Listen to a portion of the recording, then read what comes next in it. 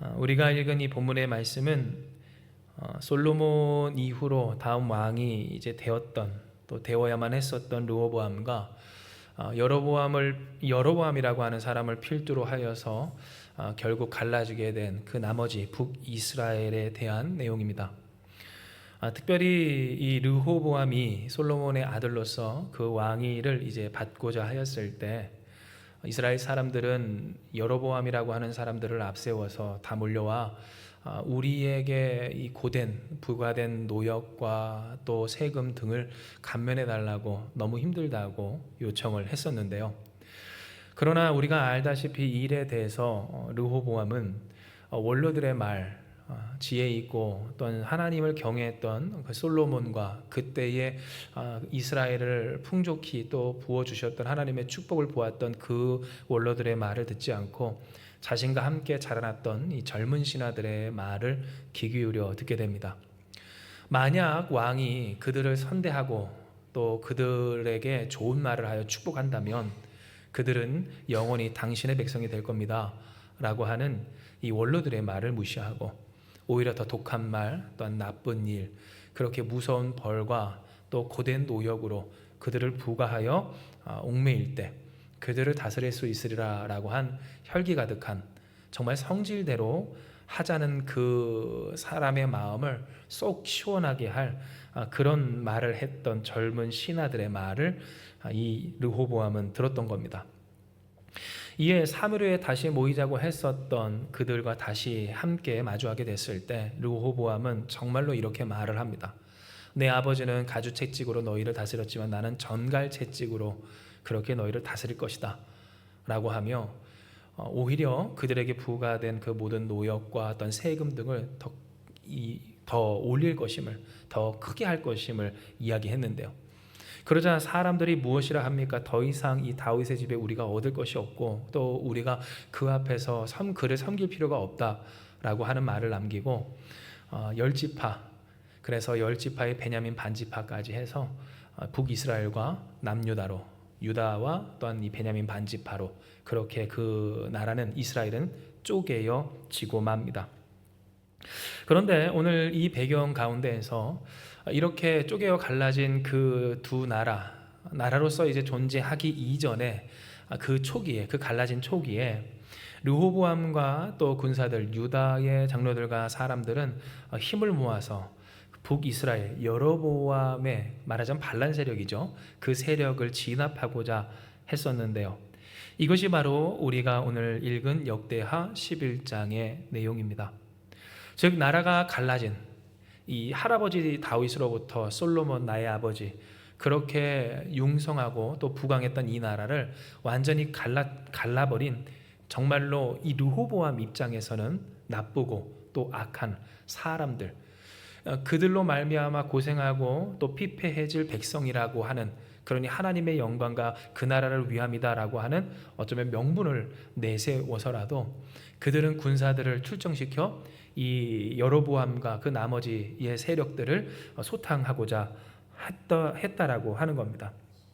그런데 우리가 본문을 보았더니 그들은 그 올라감 가운데에서 하나님의 사람을 통해 말씀을 들었다라고 하는 것에 주목을 해야 하는데요. 이는 기록된 바 여호와의 말씀이 하나님의 사람 스마야에게 임하여 이르시되 솔로몬의 아들 유다 왕 르호보암과 유다와 베냐민에 속한 모든 이스라엘 무리에게 말하여 이르기를 여호와께서 이같이 말씀하시기를 너희는 올라가지 말라. 너희 형제와 싸우지 말고 각기 집으로 돌아가라. 이 일이 내게로 말미암아 난 것이라 하셨다 하라 하신지라 라고 했다라고 하는 점입니다. 즉 어떻게 해서든지 이 무너진, 갈라질, 끝나버릴, 정말로 이제는 좀 살겠다, 잘됐다 하여서 꽤나 오랜 시간 동안 다윗과 솔로몬의 재위 기간을 채우고 나로 이어진 그 중요한 시기에 이 생겨난 위기 앞에서 그 위기를 봉합하고 어떤 갈등을 해결하기 위한 그 노력에 대하여서 하나님은 하지 마라, 돌아가라, 싸우지 말고, 또한 그 일을 어떻게 다시 회복시키려고, 어떻게 해보려고 하지 마라, 쉽게 말해 이렇게 이야기하셨다는 겁니다. 그런데 이 일에 대해서 이 르호보암과 나머지 유다 사람들이 어떻게 반응했는가 하는 것인데, 그들이 여호와의 말씀을 듣고 어떻게 했대요? 돌아가고 여로보암을 치러 가던 길에서 되돌아왔더라 라고 했다는 겁니다. 우리가 생각하기에는 절대 그러면 안 될 일, 아니 그들의 입장에 우리가 있다면 말씀을 듣고서도 결코 따를 수 없는 그 일에 대해서 이들은 되돌아오고 그만 가고 멈추어 다시 우리의 입장, 우리의 생각으로는 포기하고 말았다는 겁니다. 이것을 통해 우리는 우리의 삶을 또 신앙을 많이 되돌아보게 되는데요. 왜냐하면 불굴의 신앙이란, 또 하나님께서 기뻐하시는 믿음이란 안 될 것도 되게 하고 될 수 없는 일에 있어서 불가능을 가능케 하시는 하나님을 믿고서 끝내 포기하지 않고 절망치 않고 끝까지 해나가는 일들, 그리고 그러한 믿음과 신앙과 생활을 뜻해왔기 때문입니다. 물론 맞습니다. 틀림이 없습니다. 전능하신 하나님, 그 하나님은 우리의 보잘것없는 순종 같지도 않은 그 순종 가지고 하나님 입장에서 보셨을 때 결코 합당하다 할 수 없는 우리의 그 작은 손길 통해서 역사하시는 위대하고 놀라운 하나님이시라고 하는 겁니다. 그러나 중요한 것은 우리가 믿음을 이야기할 때 방향 없는 믿음을 이야기할 것인가, 불굴의 믿음이면 다 같이 있는 것인가 생각을 해볼 필요가 있다라고 하는 것이고요. 우리가 보는 이 본문을 통해 우리는 무엇을 깨닫습니까? 하나님의 말씀이 그만해, 멈춰라, 돌아와, 싸우지 말고 이 일은 내게서 곧 하나님께서 정하여 내신 일이다 라고 하였을 때 그것을 접을 줄도 알고 멈출 줄도 알고 돌아올 줄도 아는 그러한 믿음이 진짜 믿음, 방향 없이 이리저리 내 열심으로만 하는 믿음이 아니라 우리가 불렀던 찬양 있죠? 그 찬양처럼 주님 말씀하시면 내가 따라갑니다. 주님 뜻이 아니면 내가 멈춰섭니다. 나의 가는 그 길을 주께서 인도하시니 주님 뜻대로 하여 주시옵소서. 오늘 이와 같은 믿음으로 그것이 무엇이든 이와 같이 순종하는 우리가 되어야 한다는 것을 다시 확인하게 되는 겁니다. 실제로 하나님께서 우리에게 걷게 하시는 이 신앙의 여정은 우리가 정말로 되어야 합니다 하는 그 간절함으로 이루어지는, 그래서 결정되는 방향이 아닙니다. 방향으로 되어지는 길이 아닙니다. 우리가 간절하여서 하나님께 간절히 드리고 간절히 바치고 또한 간절히 수고하고 혹은 간절히 부르짖는다고 해서 하나님께서 우리에게 원하시는 그 믿음의 길이 바뀌어지고 그 길로 가는 그것이 아니라고 하는 겁니다. 이는 여러분, 신앙생활은 결국 어떠한 과정일까요? 하나님의 뜻이 나의 뜻이 되어지도록 내가 내 뜻을 버리고 나를 하나님께 맞추는 변화의 과정, 성화의 과정, 성숙의 과정이기 때문입니다. 하나님을 내 뜻으로 바꾸는 것이 아닙니다. 내 뜻에 하나님을 맞춰가는 것이 아닙니다. 우리가 하나님 앞에서 어르고 달래거나 혹은 협박해서 나 이러다 삐질 거예요, 다 없앨 거예요, 끝날 거예요 해서 하나님을 큰일 났네, 나 도와주게끔 도와주도록 그렇게 하는 것이 신앙의 기술 혹은 신앙생활이 아니라 어떻게 빨리 이 나를 고집스럽고 또 욕심 많고 어리석고 나약하고 부족하고 힘겨운, 그러면서도 그 힘겹다고 연약하다고 하는 나를 의지해서 내게 소망이 없으면 다 포기하고야 말고 또 그러기가 쉬운 이 나를 부인하고 주님을 의지하여 주께 나를 맞출 것인가. 이것이 바로 우리가 연구해야 하고 애써야 하고 기도해야 하고 또 해나가야 할 진짜 신앙과 어떤 생활, 신앙의 여정이라고 하는 겁니다. 그런데 어느 순간부터 자꾸만, 어느 순간이 아니죠, 계속해서 예수님이 계셨을 때로부터, 아니 그 이전에서부터 사람들은 자꾸만 하나님을 믿고 섬기는 일의 목적이 다른 데 있는 것인 것처럼 착각하였는데요. 바로 이 부분에 있어서 우리가 주목할 것은 이 일이 곧 하나님이 멈추어라, 그만둬라 라고 하신 그 까닭 또한, 그래서 하나님이 그 나라를 두 개로 쪼개신 까닭 또한 바로 이렇게 이 신앙생활의 온전한 목적을 잃고서 그들이 하나님의 길, 하나님을 쫓았던 다윗의 길을 떠났기 때문이었습니다. 곧 이것을 통해 우리가 오늘 이 말씀을 통해 우리가 분명히 알아야 할 것, 그것은 우리의 신앙은 하나님이 말씀하시는 대로 정하여지는 그러한 신앙과 또 생활을 꿈꿔야 한다라고 하는 것이고, 이것이 우리에게 중요한 것은 도리어 그렇게 하나님의 뜻을 거슬러 우리가 우리의 마음대로 하나님을 나의 뜻에 맞추도록 하고자 할 때, 그때 우리는 분열되고 갈라지고 쪼개지고, 그래요, 눈앞에 두어서도 결국 멈추어야 하는 그 아픔과 고통 가운데 고스란히 그 어려움을 당할 수밖에 없게 되기 때문이라고 하는 겁니다. 실제로 여러분 말씀을 보면 열왕기상 11장에 다음과 같은 내용이 있습니다. 우리가 이 본문의 말씀을 같이 읽기 원합니다. 시작. 솔로몬이 마음을 돌려 이스라엘의 하나님 여호와를 떠남으로 여호와께서 그에게 진노하시니라. 여호와께서 일찍이 2번이나 그에게 나타나시고 이 일에 대하여 명령하사 다른 신을 따르지 말라 하셨으나 그가 여호와의 명령을 지키지 않았으므로 여호와께서 솔로몬에게 말씀하시되 내가 이러한 일이 있었고 또 내가 내 언약과 내가 내게 명령한 법도를 지키지 아니하였으니 내가 반드시 이 나라를 내게서 빼앗아 내 신하에게 주리라. 아멘. 이 내용이 여러분 무슨 말입니까? 왜 북이스라엘과 남유다로 이 이스라엘이라고 하는 나라가 갈라졌는지에 대한 내용입니다. 어떻게 해서 이 나라가 갈라지게 되었는가? 왜 하나님이 그들로 하여금 멈추라고 하셨는가? 그 일에 대해서 하나님은 이 열왕기상의 말씀을 통해 분명히 알려주시기를, 누구 때문? 솔로몬. 그러나 솔로몬으로 대표되는 이 이스라엘의 악행 때문이었음을 분명하게 말씀해 두셨다고 하는 겁니다. 그렇다면 왜 그들은 이렇게 하나님을 떠나 악행을 저질렀을까요?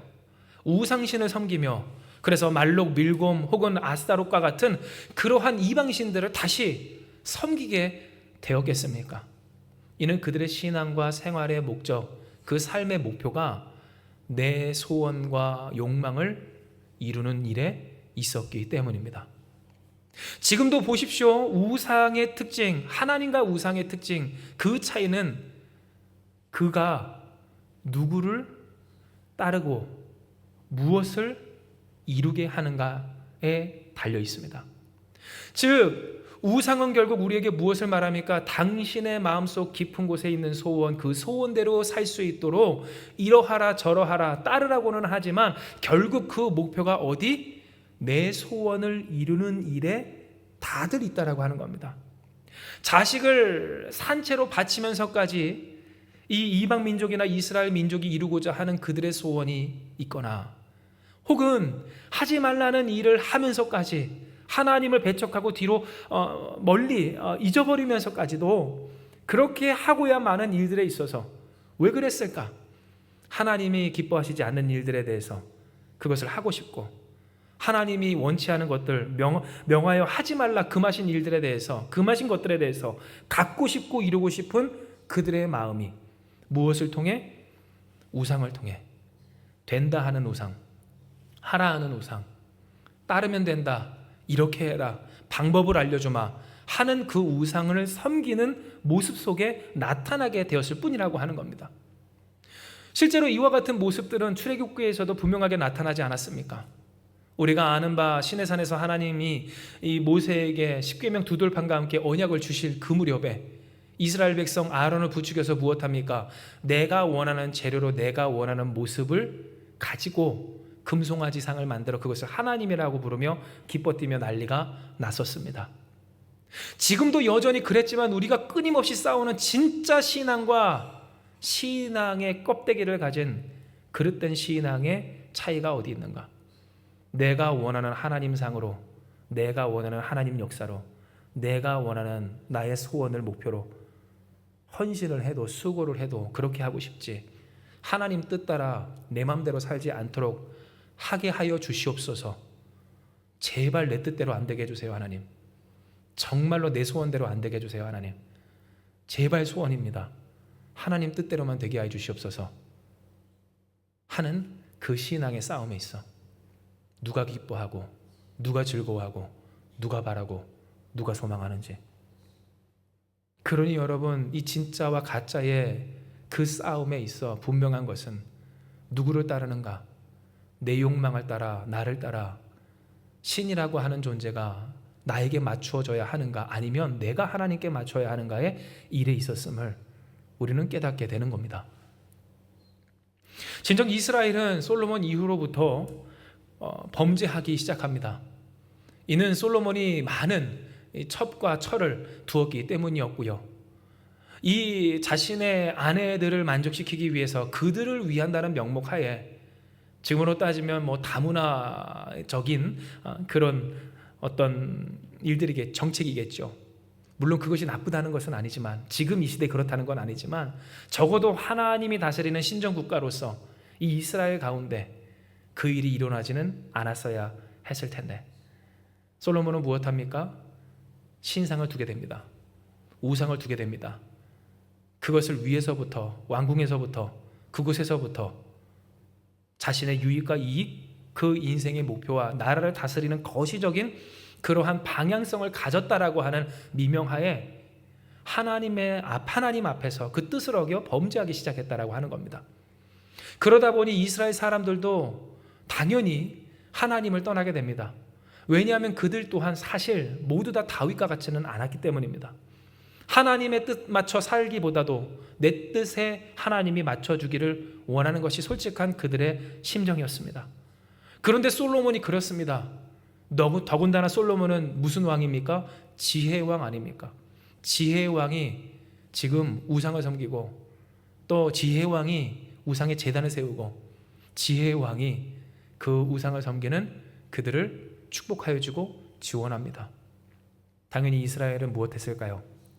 유행처럼, 들불처럼 다윗이 애쓰고 힘쓰며 하나님으로 말미암아 온전히 섰던 모든 것들을 무너뜨리기 시작했다라고 하는 겁니다.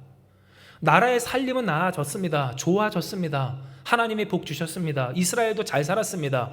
그러나 그 일에는 끝이 있었습니다. 장차 있게 될 고통, 고난, 어려움 알지도 못했고 관심도 없었고 믿지도 않았습니다. 그러니 끝까지 이와 같은 방탕한 생활, 죄악된 생활, 내 소원을 이루는, 내가 주인된 그 삶이 잘 되리라 생각하며 이것이 성공 공식처럼 이스라엘 가운데 파다하게 퍼졌습니다. 오늘날 우리가 그렇지 않습니까? 내 뜻을 이루고 내 소원을 이루고 나의 마음속 깊은 곳에 있는 그 바램까지도 찾아내는 것, 그것이 우리의 성공 공식이 되어버린 이 세상 가운데서 이제 여러분 들으십시오. 오늘 설교의 부제가 뭡니까?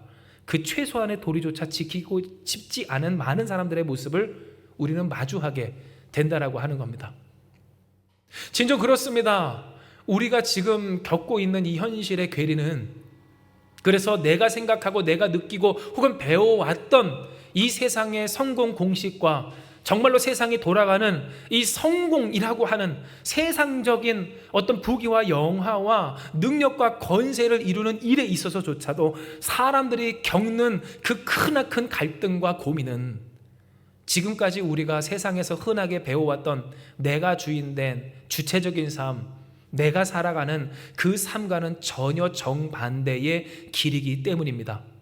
쉽게 말씀을 드릴까요? 내가 내 뜻대로 살고 나를 위해 살고 모든 것이 나에 맞춰 살아야 내가 잘 된다라고 하는 그 세상의 교육과 또한 공식과 지금도 이야기되는 그와 같은 이야기가 정작 이 세상에 나아갔을 때 하다못해 경제활동을 하며 돈 한 푼 벌려고 한다면 나를 죽여야 하고 내가 없는 듯이 살아야 하고 그러면서도 끊임없이 노력해야 하는 이 세상의 본래적인 그 창조 질서와 맞부딪혀 하나님이 다스려 정해놓으신 창조 질서는 물론이거니와 경제 논리에도 맞지 않는 그 일들 속에 사람들은 갈등하고 고민하며 크나큰 괴리감에 빠져 있다라고 하는 겁니다. 그러니 여러분, 우리가 이 시간 이 말씀을 통해 깨달아야 될 바는 뭡니까? 과연 우리는 이 하나님을 떠났던 솔로몬과 그 솔로몬의 아들 르호보암과 그 민족만큼이라도의 최소한의 도리를 지키는, 그래요, 거칠애라면 거칠애, 정말로 중심이 없고 마음이 없고 진심이 아닌 헐의 허식이라고 한다면 할 말이 없지만 그것조차라도 있는가? 그거라도 지키자고 하는가? 라고 하는 것입니다. 르호보암이 사람들과 함께 불릴 듯이 일어나 저것들을 빨리 해결하자, 지금 그대로 두면 이 나라가 두동강나게 생겼다. 그러니 지방 호족들, 그 지방의 장로들, 우두머리들과 또 그 앞에 필두로 섰던 이 여로보암이라고 하는 사람을 해결하고자 하는 그 일 가운데 하나님이 선지자를 통하여서 말씀하십니다. 그만둬라, 그만해라, 하지 마라, 싸우지 마라. 이는 나에게서 나온 일이기 때문이다. 하나님이 정해놓으신 일, 그 일이 왜 그런지 너희도 알지? 그러니까 그만해. 내가 정해놓은 일이야 라고 하셨을 때 어떻습니까? 이 르호보암과 이 유다 사람들 멈췄습니다. 하나님 말씀 따라 돌아갔습니다. 해야 되지 않겠습니까? 어떻게 해서라도 하나님의 말씀을 떠났고 하나님을 떠났고 우상을 섬겼고 내 욕심과 내 소망을 이루는 데 최선이었던 우리와 다르지 않은 그들이었습니다.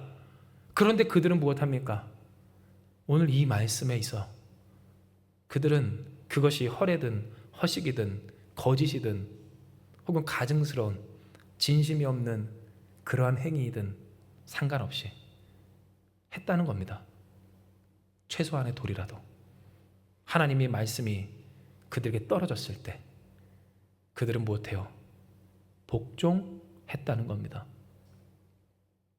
곧 이것은 우리에게 무엇을 깨닫게 합니까? 계속해서 이 한마음교회를 통해 이 제단에서 하나님이 우리에게 듣게 하시는 말씀, 진심과 중심에 있어 그것을 논하고 이야기하기 이전에 과연 우리는 하나님 앞에서 최소한의 도리를 지키고 살고자 하는가? 그 일을 정말로 미덕 삼고자 하는가? 라고 하는 부분을 이야기하시고요. 여러분, 하나님께서 우리에게 무엇을 보게 하세요? 이 시대는 어떻습니까? 그 최소한의 도리조차 지키고 싶지 않은 사람들, 그리고 그러한 우리들, 예전부터 그래왔지만 지금 더욱 그러한 여러 가지 일들을 핑계대며 그 도리를 지키고 싶지 않은 우리의 실체를, 그 적나라한 모습들을 깨닫게 하시고 보게 하시며 그러려니 그냥 그런 줄 두고 그렇게 살면 그래도 괜찮겠지. 그냥 두었던 우리의 모습들을 돌아보고 가슴치며 회개하게 하신다는 겁니다. 정말 우리가 생각해 볼 것 그렇습니다. 이 세상에서 정말 하나님께서 우리에게 지키게 하신 그 도리들, 그 많은 일들, 많지도 않죠. 정확히 하나님을 섬기고 따르고 그 말씀 따라 사는, 그러니 하나님의 사람답게 사는 그 일에 있어서 우리는 어떻습니까? 놓아버릴 때가 너무나도 많이 있었습니다. 바쁘니까, 힘드니까, 없으니까, 어려우니까. 그런데 여러분, 과연 그렇습니까? 우리가 그렇게 삽니까? 정말 삶의 현장에서 우리는 그러하고 있습니까? 그렇지 않습니다. 하다못해 식당 가서 우리가 밥을 시켜 먹고 우리의 할 도리는 뭡니까? 지켜야 할 법은 뭘까요? 그 값을 응당히 내는 것 아닙니까? 그런데 여러분, 세상살이에 있어서는 그 도리를, 그 법을 철저하게 나름 지키면서도 우리가 하나님 앞에서 살아가는 이 일에 있어서는 어떻습니까? 봐줍니다. 교육하지 않습니다. 훈련하지 않습니다. 그런가 보다 합니다. 그 정도는 괜찮다고 이야기합니다. 그리고 그렇게 학습받아 왔습니다. 교회 안에서도 많은 핑계에 대해서 용인해 줍니다. 그럴 수밖에 없다는 일에 대해서 고개를 끄덕여 줍니다. 공감이라는 말로, 이해라는 말로. 맞습니다. 그렇습니다. 공감하고 이해되죠. 저도 다니지 않습니까? 한 번 갔다 올 때마다 2kg씩 빠집니다. 어떨 때는 3, 4kg도 빠져요. 거짓말 같죠? 진짜입니다. 그런데 여러분, 그 힘겨운 하루를 보내고 와서 드는 생각은 저 또한 내일은 할 수 있을까라는 생각이고요. 그런데 그 내일이 없을 때는 어떤 생각이 들까요? 그러면 내일은 어떡하지? 하고 하는 걱정입니다. 살아가는 것이 다 그렇습니다. 모두 다 그렇습니다. 그러다 보니 핑계 댈 수밖에 없습니다. 아니, 핑계 아닌 이유가 됩니다. 도리를 지키고 싶지 않은, 지킬 수 없는 불가피한 상황이 있음을 저도 너무나도 잘 안다는 겁니다. 그런데 중요한 것은 바로 그렇기 때문에 이제 여러분 잘 들으세요. 오늘 말씀에서 하나님이 이 말씀을 하시는 중요한 이유입니다. 최소한의 선에도 못 미치는 인생이 돼버린다라고 하는 겁니다. 다시요. 최소한의 도리도 지키지 못하는 인생, 너무나 많은 이유, 그럴 수밖에 없는 상황, 그럴 현실, 너무 힘들기 때문에, 어렵기 때문에, 안 되기 때문에, 그러려니 하고 그런 줄 알고 그대로 두고 훈련하지 않고 나 스스로를 연단하지 않는 그 안일함 속에서 세상살이에 있어서는 그 도리를 나름 지켜 살면서도 안 될 줄 알면서도 하나님 앞에서 인간으로서, 하나님의 백성으로서, 사람으로서 살아가는 이 일에 있어 도리를 지키지 않을 때, 그러니 여러분 어떠한 일들이 생긴다는 거예요. 최소한의 선에도 못 미치는 그러한 삶의 모습에서 벗어나지 못하게 된다는 겁니다. 정말 그렇습니다.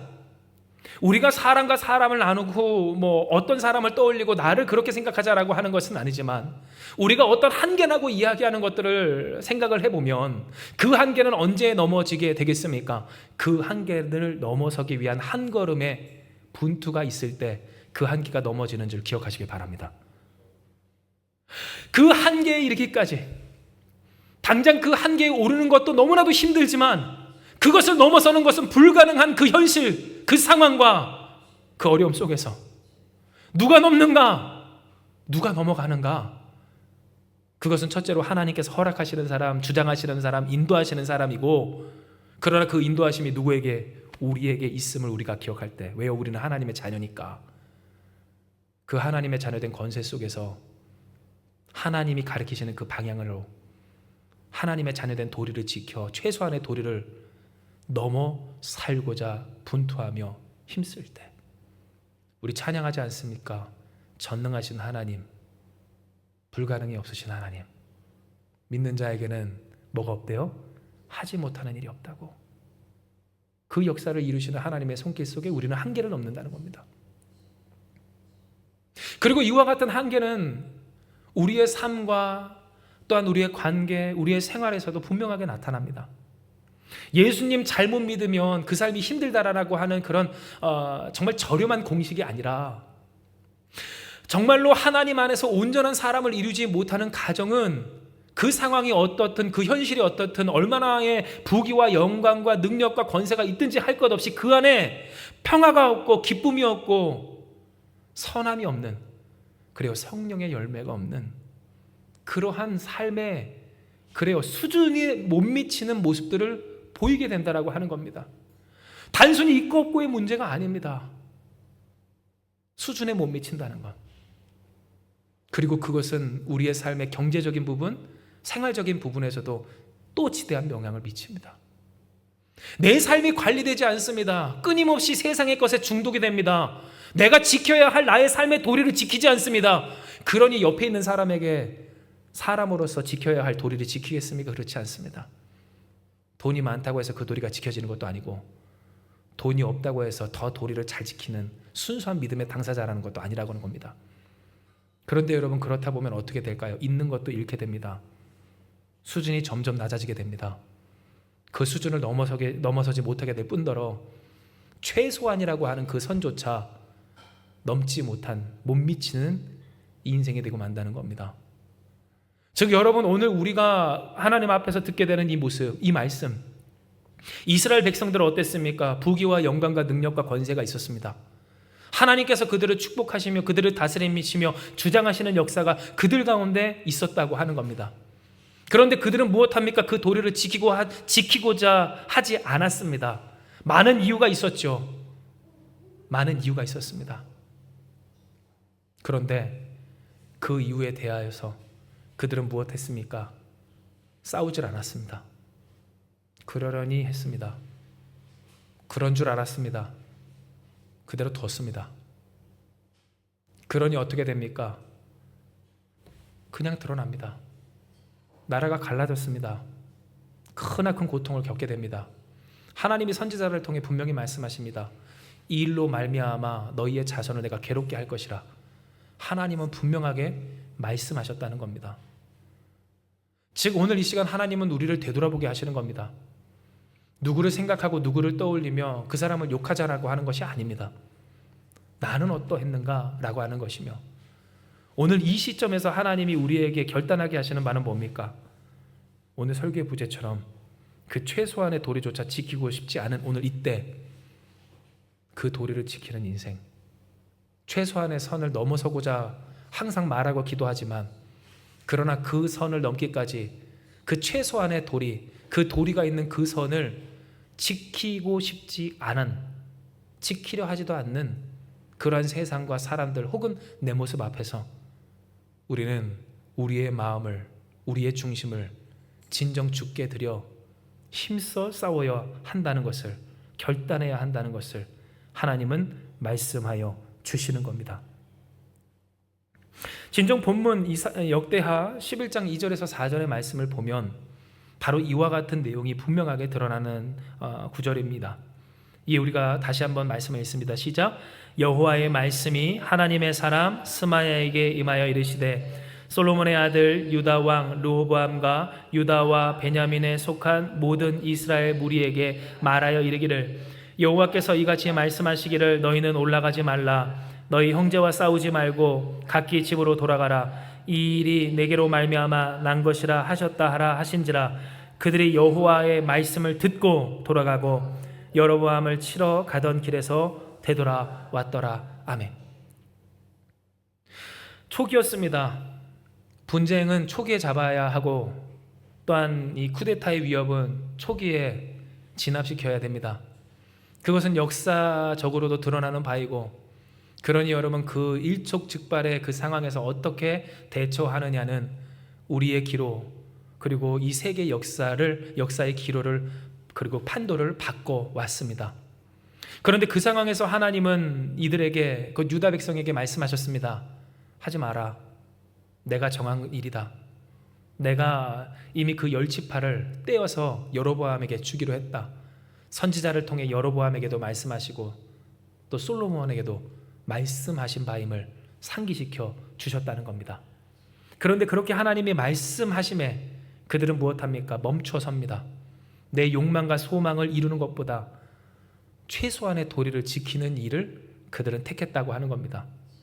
그리고 이에 하나님은 그 두 나라를 축복하십니다. 도저히 안 될 일, 그렇게 안 될 일이지만 돼서는 안 될 그 모습이었지만 그러나 그래도 하나님은 그들의 하나님이 되어주시는 은혜로서 그들을 그때 지켜주셨다라고 하는 겁니다. 곧 이것을 통해 하나님은 우리에게 분명하게 말씀하십니다. 정말로 우리의 인생 가운데서 우리가 행해야 할 바가 무엇인가? 하나님의 말씀을 듣는 그 믿는 자의 도리, 그 도리를 우리가 지켜야 할 것을 말씀하여 주십니다. 내 소원을 이루기 위해, 이 문제를 타개하기 위해, 물론 답답하고 힘들고 혹은 간절한 그것을 모르는 것 아니지만 그러나 하나님이 정하신 뜻이라면, 그 말씀이 들렸다면, 그리고 하나님의 그 이끄시는 손길이 분명하다면, 적어도 예수 믿는 사람이라면, 하나님의 자녀라면, 하나님이 창조하사 생기를 불어넣어 생명되게 하신 그러한 존재라면 뭐를 해야 될까요? 그 도리를 지켜 말씀을 따라야 한다는 것을, 그리고 이를 위해 분투하고 수고해야 된다는 것을 하나님은 말씀하여 주시는 겁니다. 이에 여러분 말씀을 정리하며 우리 한 구절의 말씀을 보기 원합니다. 그것은 바로 시편 25편 4절에서 7절의 내용인데요. 이에 우리가 같이 한번 시편 25편 4절에서 7절의 말씀을 봉독합니다. 시작. 여호와여 주의 도를 내게 보이시고 주의 길을 내게 가르치소서. 주의 진리로 나를 지도하시고 교훈하소서. 주는 내 구원의 하나님이시니 내가 종일 주를 기다리나이다. 여호와여 주의 긍휼하심과 인자하심이 영원부터 있었사오니 주여 이것들을 기억하옵소서. 여호와여 내 젊은 시절의 죄와 허물을 기억하지 마시고 주의 인자하심을 따라 주께서 나를 기억하시되 주의 선하심으로 하옵소서. 아멘. 하나님은 오늘 우리로 읽게 하십니다. 그것은 바로 다윗의 고백입니다. 다윗은 하나님께 간구했습니다. 여호와여 주의 도를 내게 보이시고 주의 길을 내게 가르치소서. 이는 솔로몬이 떠났던 다윗의 중심 그 길은 어디에 있었기 때문입니까? 하나님이 인도하시는 길에 있었기 때문입니다. 다윗의 간절한 소원은 다른 것이 아니었습니다.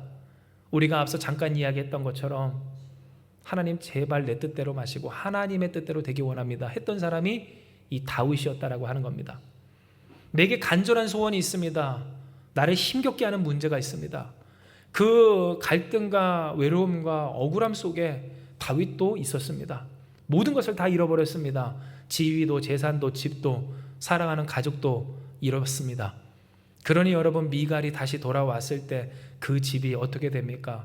또다시 크나큰 고난 가운데 빠지기도 했던 것 아닙니까? 그런데 그 와중에서도 다윗은 끝까지 무엇했습니까? 하나님께 물었습니다. 그에게 가장 소중했던 것은 하나님의 말씀을 따르는 일이었기 때문입니다. 하나님은 누구이신가? 진리로 나를 지도하시고 교훈하시는 하나님, 내 구원의 하나님. 그러니 다윗이 항상 기다렸던 것은 누가 나를 도와줄까 아니었고, 누가 나를 구해줄까 아니었고, 누가 나의 편 들어줄까도 아니었고, 혹은 이 일을 해결하기 위한 어떤 것도 아닌 하나님, 그 하나님이었음을 우리는 이 말씀을 통해 봅니다. 여호와의 주의 긍휼하심과 인자하심이 영원부터 있었사오니 주여 이것들을 기억하옵소서라고 하며 끊임없이 부으셨던 그 긍휼과 인자와 은혜를 이 다윗은 간구하기를, 나를 기억하여 주시옵소서. 다윗도 고백하길, 내 젊은 시절의 죄와 허물을 기억하지 마세요 할 만큼 그도 그 스스로 죄인이었음을 인정하되, 그러니 하나님의 긍휼과 용서와 사랑이 자신에게 있기를, 곧 용서하시고 구원하시는 하나님의 손길을 그는 바랬다라고 하는 겁니다.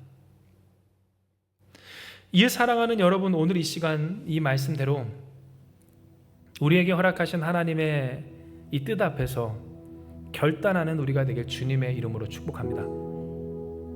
이는 이 다윗의 시절에 하나님을 기다리며 주의 길을 따라가기까지 정말 많이 싸워야 했기 때문이고, 그 싸움은 왜 저러고 살까? 왜 저러고 있을까? 주변 사람들을 답답하게 하기도 할 만큼 이 세상에서는 어리석어 보이는 모습이었기 때문입니다. 원수가 눈앞에 있습니다. 잘 아는 바와 같이 그 굴에, 이 다윗의 사람들이 몰려 있었던 그 굴에 사울이 혼자 들어왔습니다. 용변을 보고 있던 사울 단칼에 죽일 수 있었습니다. 그와 같은 기회가 또 있었습니다. 그런데 다윗은 무엇합니까? 사울은 물론 그 인생에 찾아온 모든 일들 속에서 하나님께 물었습니다. 하나님의 길을 사모했습니다. 주와 함께 살기를 선택했습니다. 주의 뜻대로 되어지기를, 하나님 제발 내 뜻대로 말고 내 소원대로 말고 내 방법대로 말고 제발 하나님 뜻대로 되게 하여 주시옵소서 했다는 겁니다. 그러니 여러분, 거꾸로 이 일은 얼마나 힘겨운 일이었겠습니까? 정말 힘겨운 일이었습니다. 안 돌아다녀도 될 그 방황을 그는 해야만 했었고, 세상의 눈으로 봤을 때 안 해도 될 방황, 안 해도 될 고생을 하는 듯 했기 때문입니다. 하지만 중요한 것은 그랬기에 하나님은 다윗의 하나님, 그리고 다윗은 하나님의 다윗이 될 수 있었습니다. 하나님께서 그를 축복하시고 사랑하시며 이끄심에 있어 그는 그 뜻을 거절하지 않았다라고 하는 겁니다. 곧 이것은 우리에게 주시는 하나님의 축복입니다. 할렐루야. 우리가 어떻게 하면 하나님의 역사 속에서 다윗처럼 세워질 수 있는지에 대한 하나님의 약속이고 말씀이라고 하는 겁니다. 우리가 어떻게 다윗처럼 세워집니까? 어떻게 우리가 그 선을 넘습니까? 최소한의 선도 못 미치는 인생을 우리는 어떻게 넘어서겠습니까? 단순히 재산이 아닙니다. 영화가 아닙니다. 소유가 아닙니다. 오늘 우리가 누려 사는 그 생활 수준의 문제가 아니라고 하는 겁니다.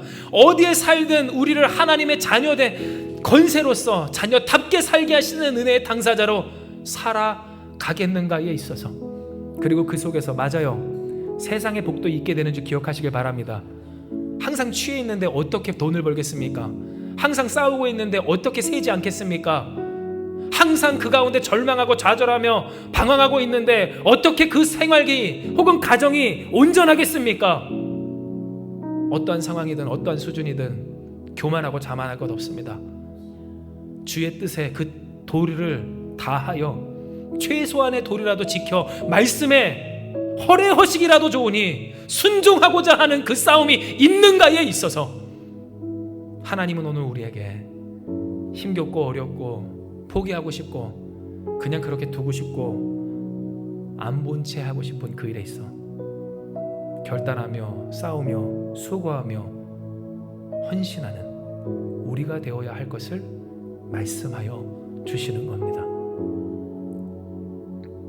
이에 사랑하는 여러분, 오늘 우리 이 자리에 모인 우리가 진정 하나님의 뜻대로 그 최소한의 선이라고 했었던 한계를 다 하나님의 은혜로서 그 전능하신 하나님의 능력으로 뛰어넘는 자들에게 주님의 이름으로 축복합니다.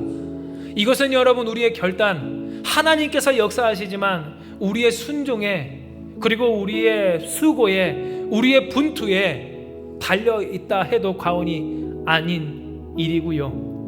모든 일 하나님이 주관하시고 하나님 역사하시지만 그러나 그 하나님은 어떻게 우리의 작은 헌신을 통해 살아 역사하시는 우리를 연단시켜 온전케 하기 원하시는 아버지 하나님이시기 때문입니다. 못해서 안 해주시는 것이 아닙니다. 우리도 자녀를 키우지만 키울 때 경험했지만 해줄 수 있지만 시키지 않습니까? 너가 해봐. 그 할 수 있는 최소한의 도리, 인간답게 해야 되는 도리. 저희 아들도 그랬어요. 정말로 2살 때 말도 제대로 못하는 그때 양말 신어보라고. 신는 게 어떻게 신습니까? 동영상 보면 그래요. 발 위에 있으면 양말을 올려놓습니다. 그래서 안 신겨진다고 잉잉거려요. 그런데 우리는 무엇해야 할까요? 양말은 신으라고 교육하지 않습니까? 공부는 하라고 훈육하지 않습니까? 샤워는 하는 거라고 가르치지 않습니까? 학교는 가는 거라고 종용하지 않습니까? 그런데 왜 교회는 그렇습니까? 왜 신앙생활을 그럴까요? 말씀에 순종하는 것은 왜 그렇습니까? 왜 도리를 지키는 일에 있어서 인간답게 살아가는 그 최소한의 도리를 지키는 일에 있어서는 왜 그냥 흐릿눈 하십니까? 그냥 두십니까? 가만히 있습니까? 싸우라는 말이 아닙니다. 부르짖는 우리가 되길 축복합니다. 우리부터 수고하는 자들 되기 소망합니다. 도리를 지키는 자들, 중심을 지키는 자들, 그것이 우리가 되어야 한다는 겁니다. 물론 이 싸움이 힘겹고 어렵습니다. 참으로 기나긴 싸움이 될 겁니다. 지치고 힘들고 리소스라고 하죠. 자원이 없어 이제는 메말라 그만두고 두어야 할 때가 올지도 모릅니다. 그러나 여러분, 오늘 우리는 하나님의 백성, 하나님의 자녀, 하나님께서 택하여 부르신 그리스도의 사람들, 그리스도인인 줄을 기억하시길 바랍니다.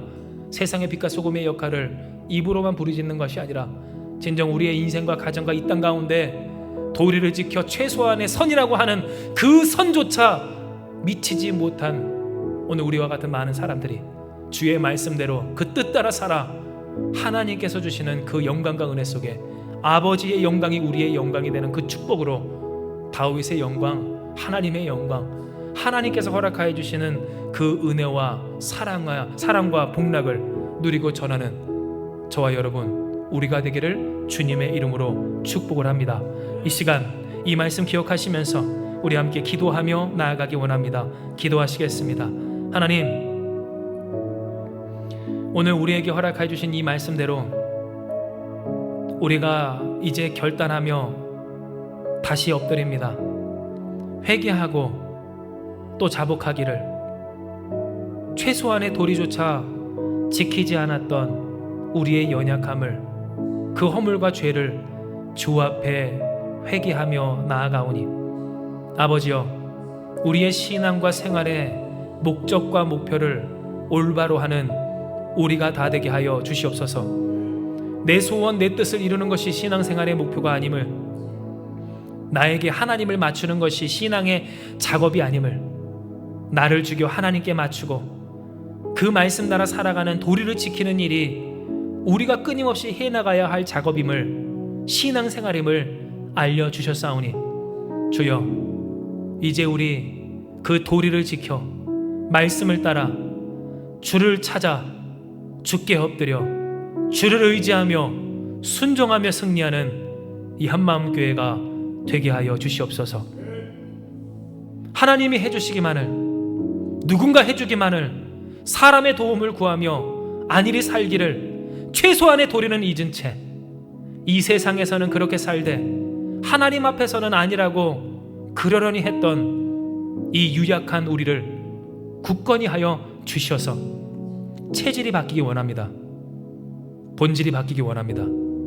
이미 우리를 하나님의 자녀 그리스도인으로 완전히 새롭게 하신 그 은혜에 따라 그리스도 안에서 새롭게 된 삶을 살아가는 우리가 되기를 원하오니 아버지 역사하여 주시옵소서. 말씀 지켜 승리하게 하시옵소서. 주님 결단하게 하여 주시기를 이 교회 이 자리 오늘 우리의 공동체 가운데 그런 사람들만 있게 하여 주시옵소서. 도리를 지키고자 하는 사람, 말씀을 따르고자 하는 사람, 그 뜻 따라 되고자 하는 사람, 힘겹고 어렵고 세상에서 너무나 비효율적인 것 같아도 그래도 하나님을 쫓아 하나님이 세워주시기를 바라는 사람, 다윗과 같은 사람들이 모이는 이 교회 되게 하여 주시어서 아버지여 진정 우리 안에 결단이, 회복이, 그리고 수고와 싸움이, 승리가 있게 하여 주시옵소서. 함께 하시는 주께서 오늘을 우리를 복되게 하시고 우리를 통해 주의 영광 드러내게 하여 주실 줄 믿사오며 모든 말씀 사랑 많으신 예수님의 이름으로 기도드리옵나이다. 아멘.